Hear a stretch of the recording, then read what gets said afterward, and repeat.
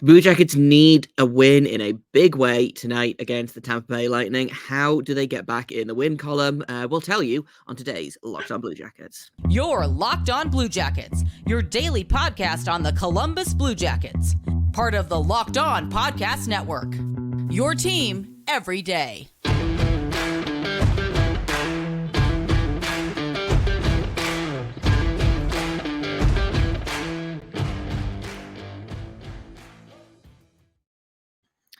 Hello and welcome to Locked On Blue Jackets, part of the Locked On Podcast Network, your team every day. I am, as always, your host, Jay Foster, here to give you the good, the bad, and the ugly about your favorite team and mine, the Columbus Blue Jackets. I am, of course, joined by Hayden Householm, the wonderful co-host of this show, who has been doing some serious heavy lifting for the past couple of weeks.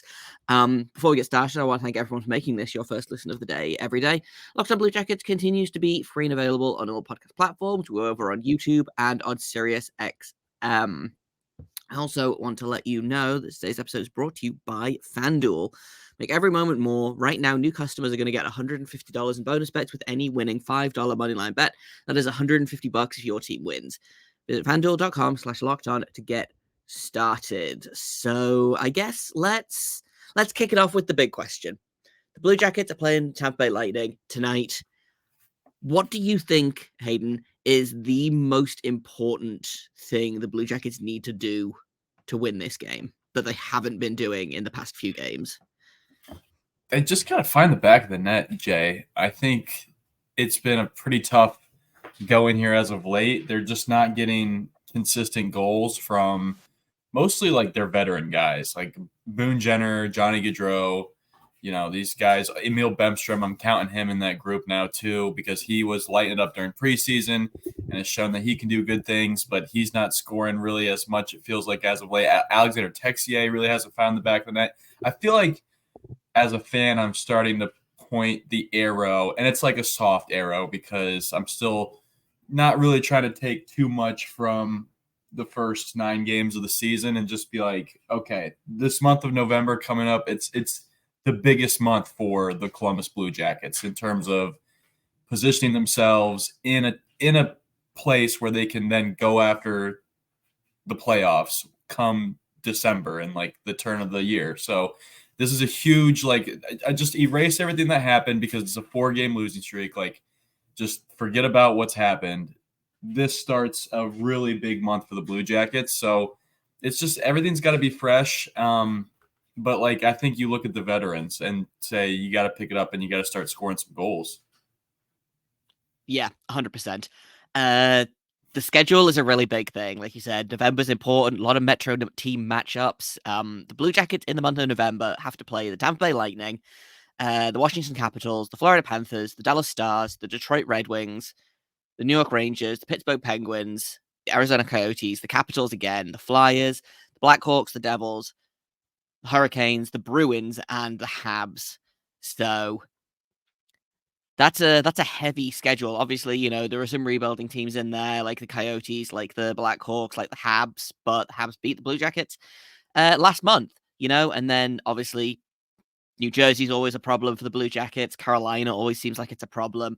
The Rangers are having a really hot start. The Stars are always dangerous. Panthers are always dangerous. Like, even outside of the fact that they play, what is it? 1, 2, 3, 4, 5, 6, 7. 7 Metropolitan Division games this month.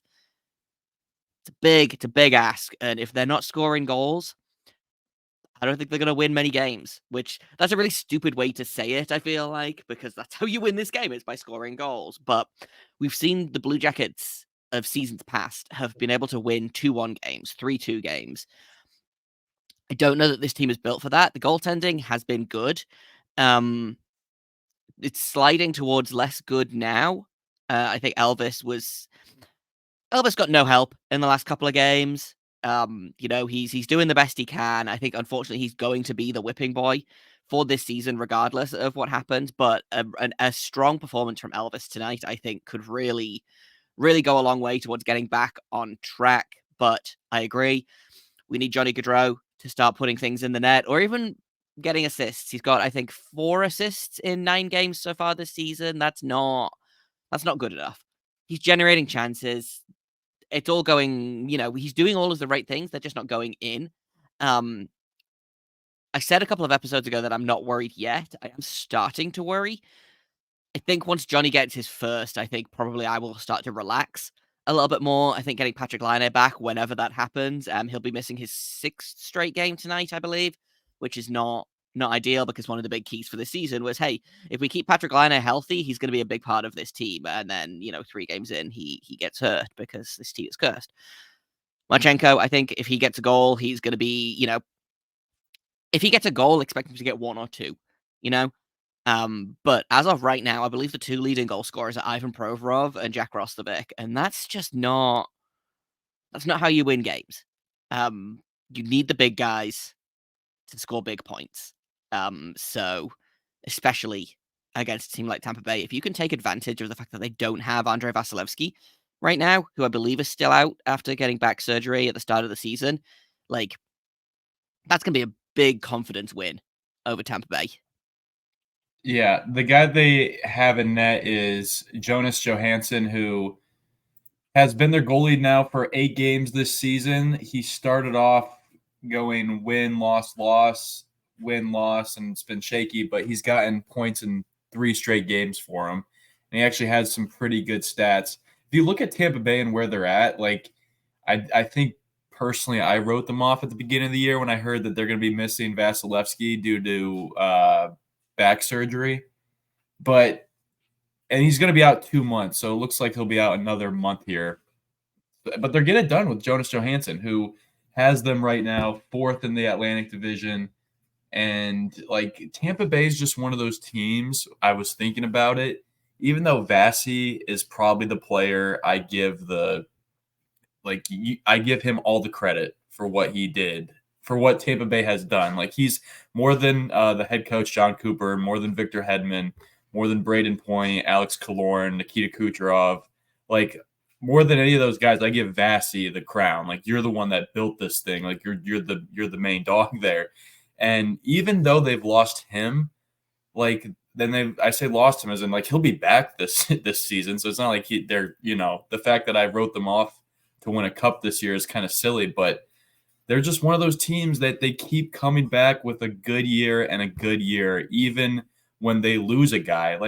That's nothing new to a team like Tampa Bay because they lost Stamkos and they were fine. They made it all. They won a Stanley Cup without Steven Stamkos. We thought that we never thought they'd be okay without him when they lost him. So it's they're a really good team. This is going to be a really tough challenge for the Blue Jackets tonight. So you're right. If Elvis can come out and keep it to just 2 or 3 goals, it's going to be tough because Kucherov's doing good. Braden Hagel's playing really well for them now, and feels like he's been there forever, but he's only been his 2nd year there, which is crazy. Yeah, the thing about the Lightning is if you take one player away, another one just kind of happens. I think it's a credit to the defense on the Tampa Bay Lightning, which doesn't if I just glance at it, I don't think it super moves the needle necessarily, but clearly they're doing good things.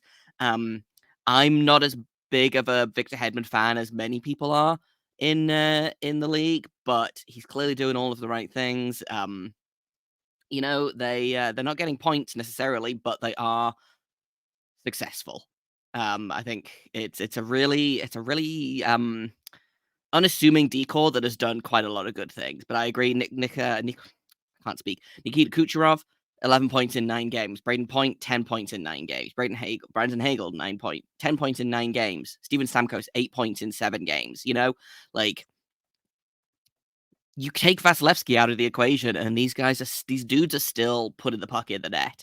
So you have to figure out a way to beat Johansson. Currently, he's 4-1-3, has a .922 save percentage. So, even the games that he's losing, he's playing well in, I think.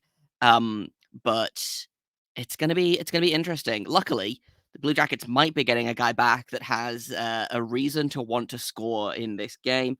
We're going to talk about Kirill Marchenko in just a second here on Locked On Blue Jackets. First, though, I've got to tell you guys about Sleeper because a new NHL season brings all sorts of possibilities. Kirill Marchenko could score 50 goals. The Blue Jackets could win the Stanley Cup. Seems unlikely, but they could. And you could win big by playing Daily Fantasy Hockey on Sleeper, the official daily fantasy app of the Locked On NHL network. They're our number one choice for daily fantasy sports, and especially daily fantasy hockey, because you can win 100 times your cash in daily fantasy hockey content on Sleeper. If I wanted to win 100 times my money, I personally think I would go with a Kirill Marchenko goal or two. The app is super easy to use. Even someone like me who is not really up on daily fantasy sports, I found it really easy to kind of poke around and find some fun things. It's quick, it's easy. You can connect with other fans. They've got a really fun group chat functionality in the app. All you have to do is pick whether your player will record more or less than their sleeper projections for things like goals, assists, saves, plus minus, and more in a given game. Use promo code LOCKEDONNHL, you're going to get up to a $100 match on your first deposit. Terms and conditions apply. That's code LOCKEDONNHL, LOCKEDONNHL. See Sleeper's terms of use for details and locational availability.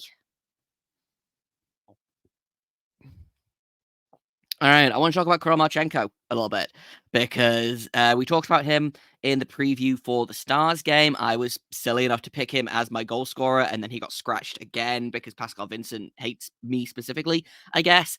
But it looks like he's mixing back in. He's going to be on the third line with Cole Sillinger and Dmitry Voronkov. That could be an interesting line. I'm not sure I like it. I don't know that it's going to work. But I wonder if putting a Russian speaker on that line gets a little bit more out of Voronkov, because this might be a hot take. Voronkov hasn't super impressed me up to this point, and I don't know whether that's because the hype was just so big beforehand that kind of anything he did was always going to be shadowed by, well, we were told that he was going to be so great and blah, blah, blah.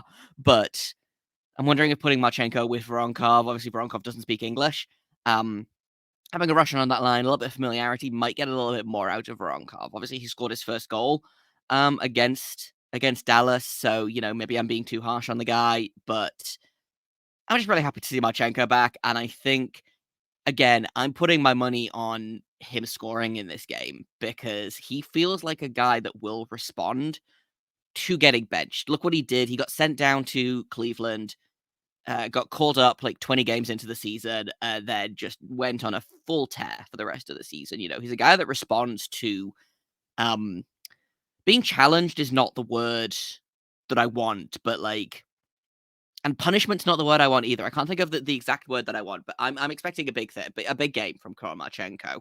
How do you feel about Marchenko going back in? How do you feel about this line of him, Voronkov, and Cole Sillinger?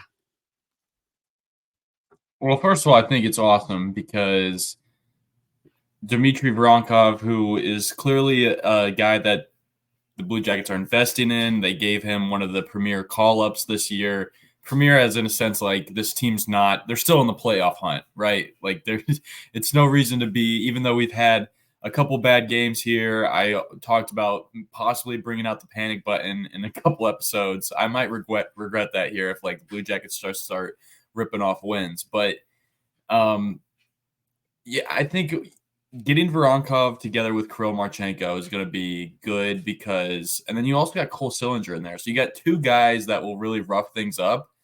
And I almost think Kirill, it's funny to think of Kirill as a softie on that line, but he really is he's the quarterback, just let him run the offense on that and just let two guys that like to push the pace, Cole really pushes the pace, but Dmitry Voronkov's more just, I'm going to screen the guy down low. But if he wants to be a great doorman and just be a door in front of some goalies while Kirill just circles the net, maybe finds Cole Sillinger for a tap in or two, that's all fine. I see the kind of the genius in Pascal Vincent when he puts a line like that together, and I really want it to work out. But at the end of the day, I also feel like Kirill Marchenko was getting good opportunities when he was playing with other guys as well. So it's up to him. It's just really up to him to do it. And I don't think he's really worried about it. I think he knows that hockey is one of those sports where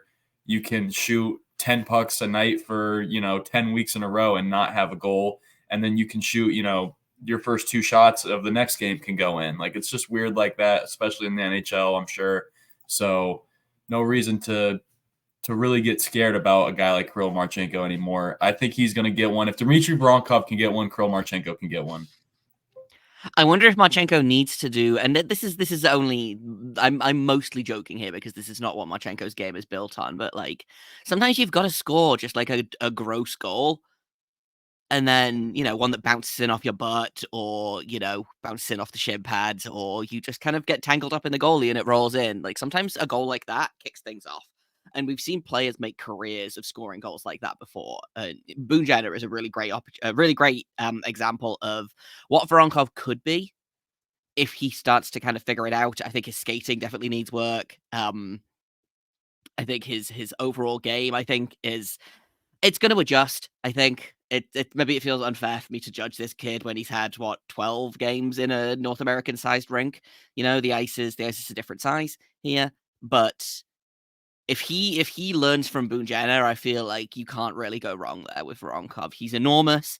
Like you said, if he just goes and stands in front of the goalie and then Marchenko just like takes as many shots as he wants, like that feels like good things are going to happen.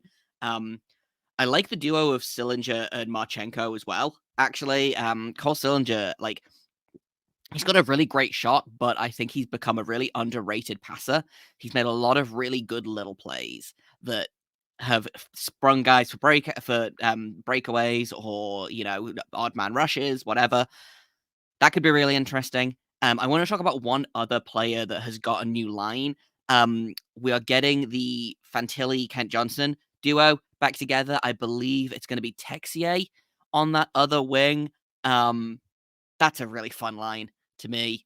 I think we'll talk about predictions in a little bit, but like if I'm making a prediction, I think it's probably going to be someone from that line is going to score.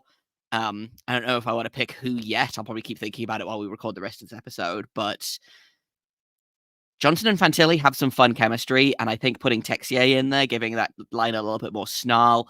Texier is another guy, like you said, he hasn't gotten on the score sheet yet, but he's been getting chances. He's been generating offense. And I think he's building some chemistry with Fantilli that when Laine gets back, I think that should be the line. They were building some really good chemistry before Laine got hurt. So I'm okay with them putting Johnson there as kind of a stopgap. It could be a really fun line. I don't know if you have thoughts on Kent Johnson being allowed back into the top 6 of this team, which for my money, he should have stayed there. Like he should have always been there, but it feels like he's done the right thing. Obviously, he was a healthy scratch. 3 games ago, I think, and now he's been bumped up to the second line with the wonder kid Adam Fantilli. So to me, that says Vincent likes his effort, likes what he's doing in practice. Hopefully, he gets rewarded with some points tonight against Tampa Bay. Yeah, at some point he is going to get rewarded too. He's one of those guys. The Blue Jackets, any team, I say the Blue Jackets because it feels like they are one of the teams preventing him from finding the back of the net right now, be it that they're one, that they just stink, and that two, that Pascal Vincent has not allowed him to play at times because he just apparently has not loved the way that Kent Johnson has practiced, or at least that's what the trail is pointing to for why that is starting to happen. But he's one of those guys that when he is out there, he's going to do something so creative. He's not like totally fast in the legs as much as he is quick with his hands, because he makes smart passes on the ice. He makes big plays happen for other guys.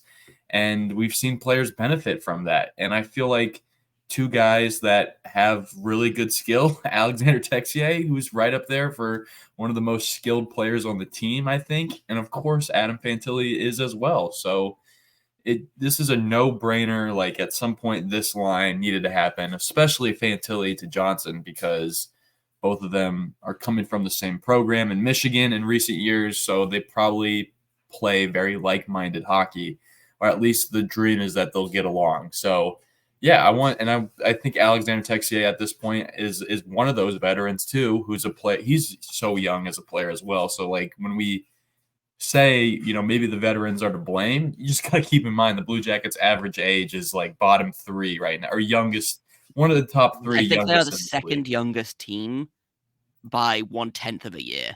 I believe the Canadians are 1/10 of a year younger than the Blue Jackets. So take that into account when you're criticizing this team, which is something that I think we need to remember as well.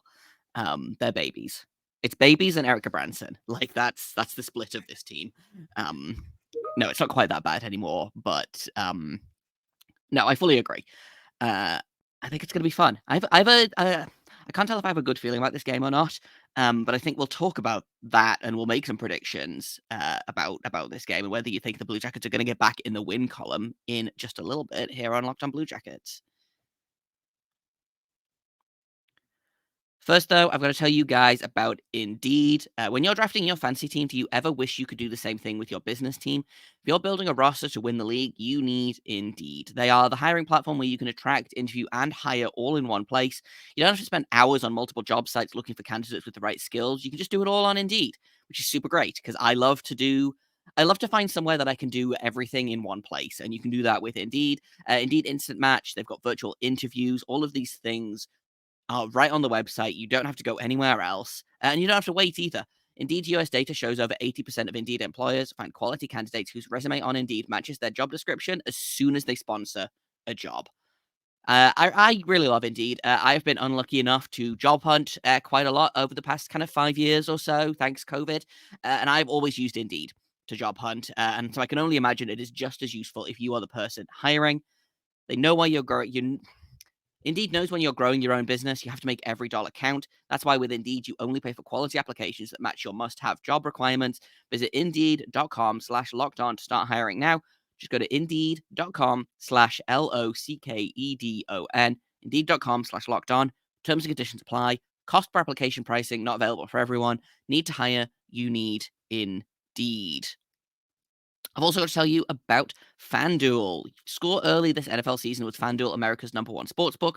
Right now, new customers are going to get $150 in bonus bets with any winning $5 moneyline bet.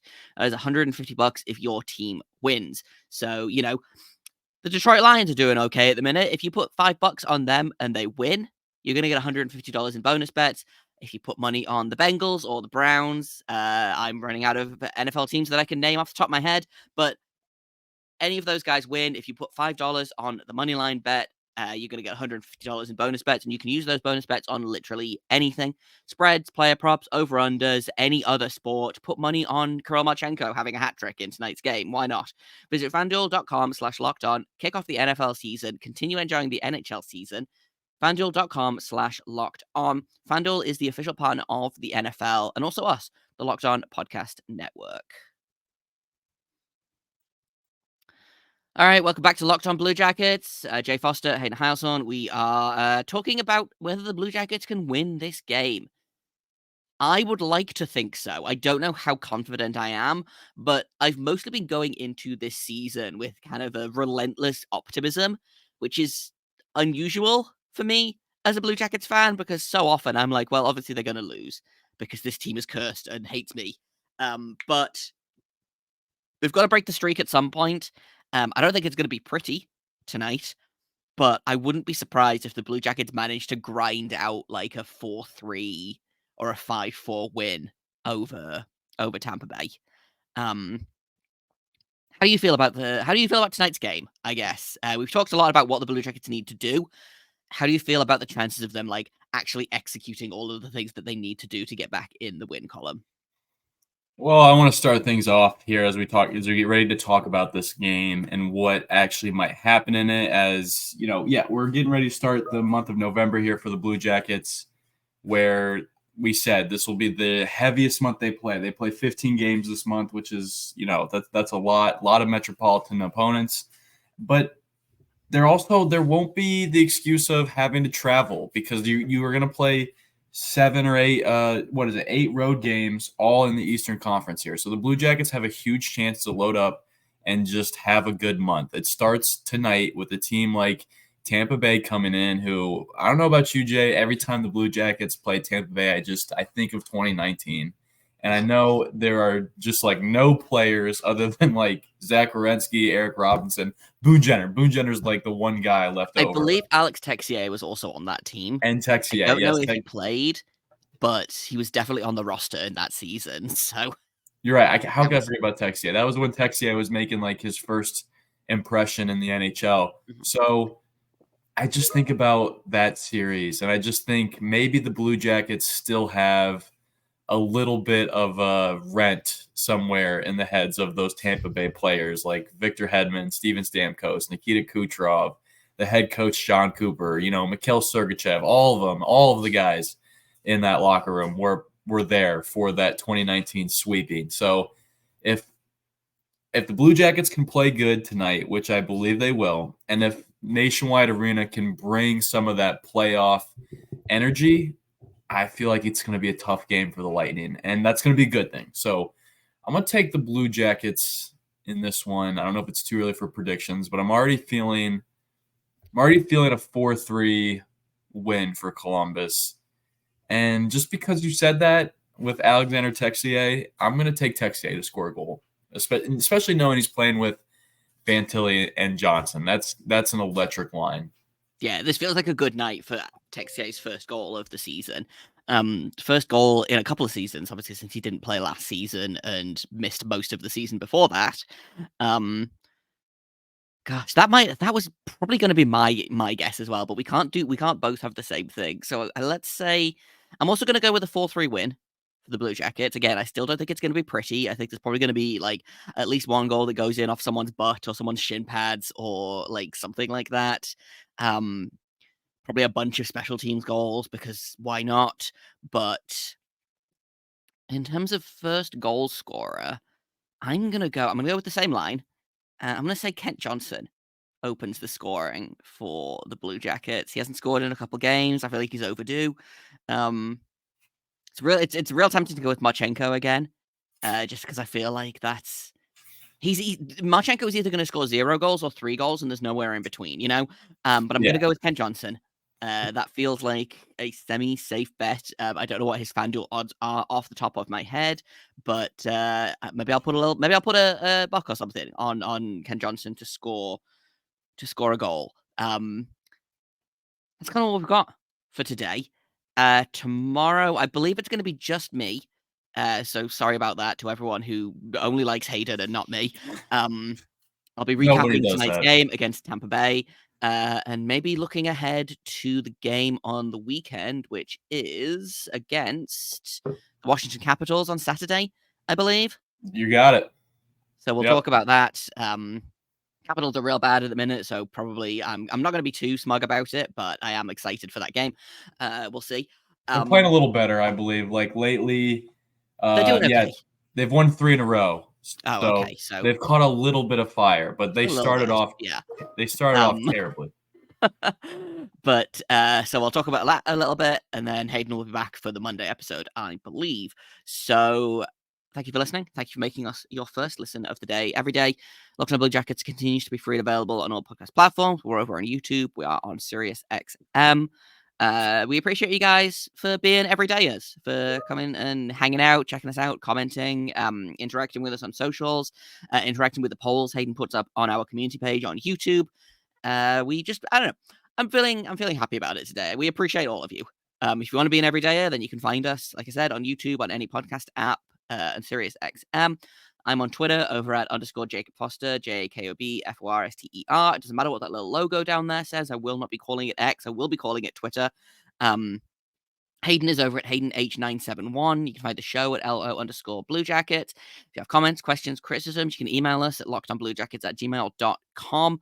And until tomorrow, make sure you stay locked on.